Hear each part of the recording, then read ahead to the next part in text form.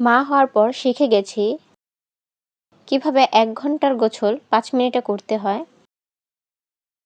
মা হওয়ার পর শিখে গেছি কিভাবে রাতের পর রাত না ঘুমিয়ে কাটিয়ে দিতে হয়। মা হওয়ার পর শিখে গেছি কিভাবে হাজারো কষ্ট দাঁতে দাঁত চেপে সহ্য করতে হয়। মা হওয়ার পর শিখে গেছি কিভাবে ঘন্টার পর ঘন্টা খাবার নিয়ে বসে থাকতে হয়। মা হওয়ার পর শিখে গেছি নিজের অসুস্থ শরীর নিয়েও কিভাবে সন্তানের সেবা যত্ন করতে হয়। মা হওয়ার পর শিখে গেছি কিভাবে নির্ঘুম রাত কাটাতে হয়। মা হওয়ার পর শিখে গেছি কিভাবে ঘুম ঘুম চোখেও সন্তানকে একটু শান্তি দেওয়া যায়।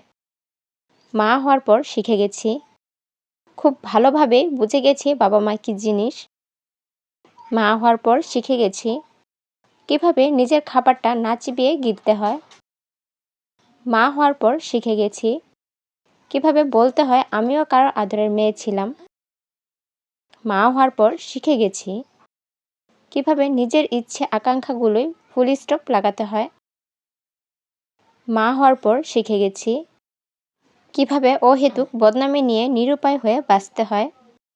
মা হওয়ার পর শিখে গেছি একজন একদম নিজের ৯০% নিংড়ে দেওয়া ছোট্ট একটা জানকে গর্ভের ৪০ সপ্তাহ দুধ পানের ২ বছর এই সময়টুকুতে ছোট বাচ্চাকে মায়ের থেকে খেয়ে খেয়ে মায়ের মাঝে বড় হতে থাকে। আর মা ভোগেন রক্ত স্বল্পতায়, হাঁটু ব্যথা, ফ্যাকাশে চোখ। মা হওয়ার পর শিখে গেছি সন্তান শুকনো হোক, মোটা হোক, কালো হোক, ছেলে মেয়ের মধ্যে ব্যবধান সেটা শুনেও কিভাবে ধৈর্য ধরতে হয়। মা হওয়ার পর শিখে গেছি একটা সময় ঘরের খাবারগুলো খুঁজে বের করে খেয়ে ফেলতাম। আর এখন ঘরে খাবার থাকা সত্ত্বেও নিজে না খেয়ে সন্তানের জন্য রেখে দিতে হয়। সন্তান পরে খাবে বলে এটা ভেবেই আর খাওয়ার ইচ্ছাটা জাগে না। মা হওয়ার পর শিখে গেছি নিজের পছন্দ অপছন্দের কথা ভুলে গেছি। এখন শুধু একটাই টার্গেট, সন্তানের কি পছন্দ। মা হওয়ার পর শিখে গেছি সন্তান কোন খাবারটা খাবে, কোন খাবারটা তার পছন্দ, কিভাবে করলে বাচ্চা খাবে সেই চিন্তায় দিনরাত এই টেনশন থাকে। মা হওয়ার পর শিখে গেছি নিজের স্বপ্ন, ইচ্ছা, অনিচ্ছা সব ভুলে যায়।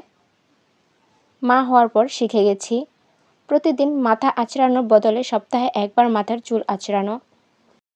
মা হওয়ার পর শিখে গেছি মানুষ কিভাবে একটু একটু করে পাগল হয়।